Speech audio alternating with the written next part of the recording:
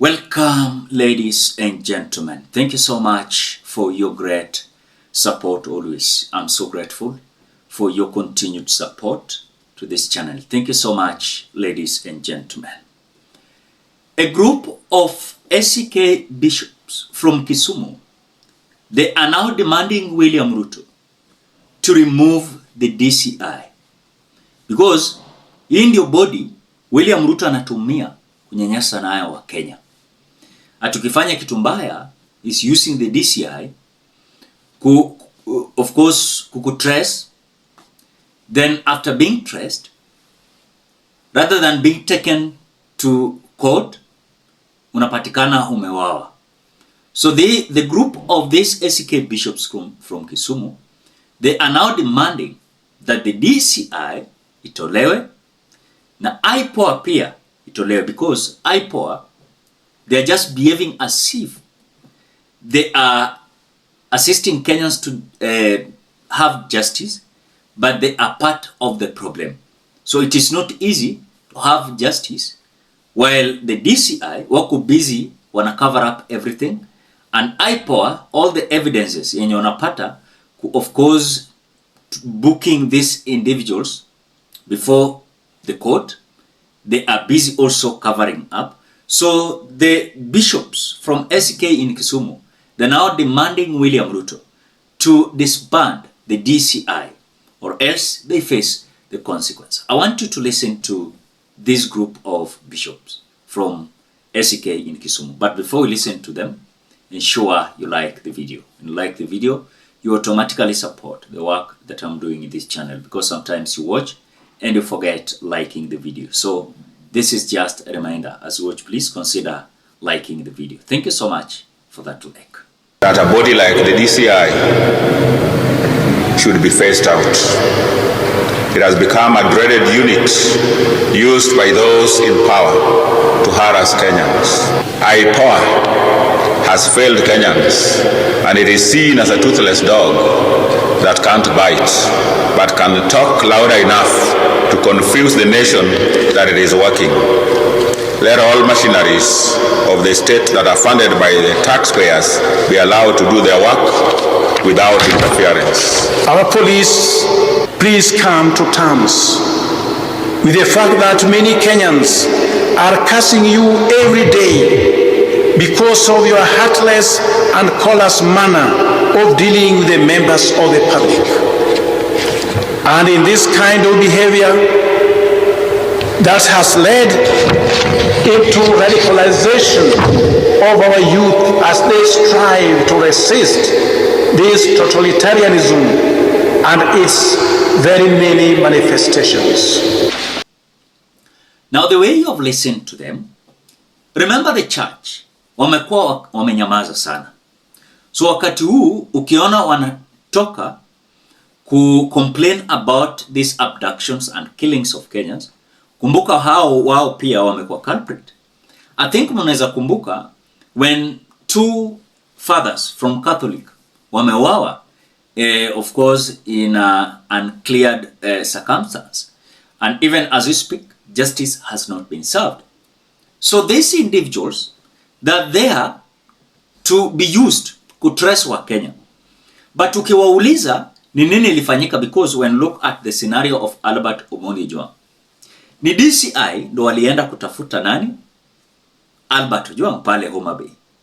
But wakati alishapatikana, kuna njia hapa, kutoka Homa Bay mpaka Nairobi is almost 8 hours. Kama ni hakuna jam unaweza toboa na 7 or 6 hours. But now walimaliza almost 32 hours. Huyu Albert alipresentiwa wapi kwanza? Because remember, when the DCI ando walitumwa wa kwanza kuendea Albert, I know maybe walirecord statement kwa DCI headquarters. Then later alikuwa akuwe booked kwa police station. But now these bishops, they are so terrified the way Kenyans are also so terrified. Because DCI wanatumika vibaya kutukandamiza, na ujue unaweza patikana umewawa, hata ile allegation does not appear in any judgment before the court. So when you look at the arrest of Albert Ojwang and someone, a young man coming from Kisii, they were arrested. You find that ule jamaa wa Kisii, wakati alipelekwa pale Kamkunji police station Nairobi, all the way from Kisii to Kamkunji police station. Later, tunapata kwamba the DPP, Igonga, anasema the accusation and the complaint that came from the DIG, Mr. Eli Langat, was not having substantive, of course, allegations that was going to make these individuals to be accused or even charged. The other one was released. So when you look at this story of Albert being killed and his counterpart or ule mwenzake alitolewa na kaachiliwa kwa sababu hakuna kesi pale, you ask yourself, ni nini Albert alifanya more than even that this young youth mwenye alikuwa anatoka Kisii alipelekwa pale Kamkunji?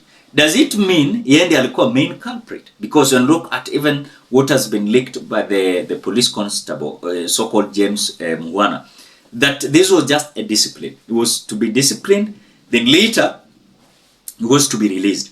The same thing I know happened with that guy from Kisii. I know he was disciplined, you know, then later released. Then you find the DPP, Igonga, is now coming out to say the case is not there. Then why were they killing Albert Ojwang? So I think something that these bishops are trying to raise, also it is important, but they took it like light the way they took it by that time, because they said, but some of them said that this government is good. Look at the Archbishop of the ACK, Ole Sapit. Ole Sapit campaigned and fought, of course, hard for this government. He was part of the team that installed this government, this regime.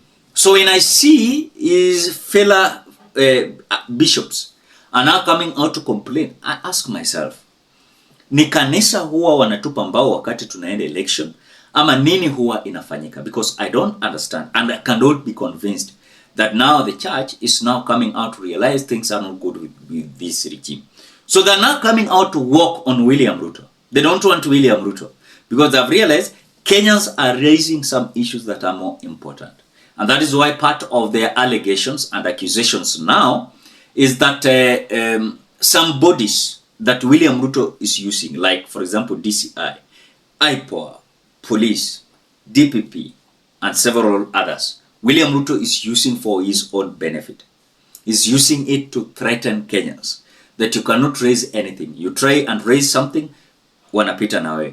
And this also is applying to those fathers, wale ambao waliwawa na justice ijakuwa served, ule wa Nakuru na ule wa was it Bomet, bado justice has not been served. Then you're asking yourself, what is happening in our country is that some individuals are feeling like if you try and question them, you commit a crime, you know, then they face, of course, they use the DCI to trace you. Then later, you'll find yourself in wrong hands. And that is how Kenyans, most of them, wamepatikana kwa hizo mikono, lakini unapata kwamba umeumizwa, umefanyiwa yote, later unaambiwa hakuna kesi wewe kujibu. It is so unfortunate. So when I looked at the archbishops, of course the bishops from ACK from Kisumu, now coming out to walk out on William Ruto, saying we are not part of your regime. You must disband this DCI or you face the consequence. Then I'm asking myself, what are these consequences that William Ruto is going to face? If the church, of course, earlier on, they trusted William Ruto, they believed in William Ruto, then this is the time. You must join Kenyans and fight this punitive regime. But if we are going to keep quiet and just see how things are going to be, then tuko kwa barabara mbaya. And in future, of course, future is not going to favor us. What do you think about the pressure from the KISUMU by these ACK bishops?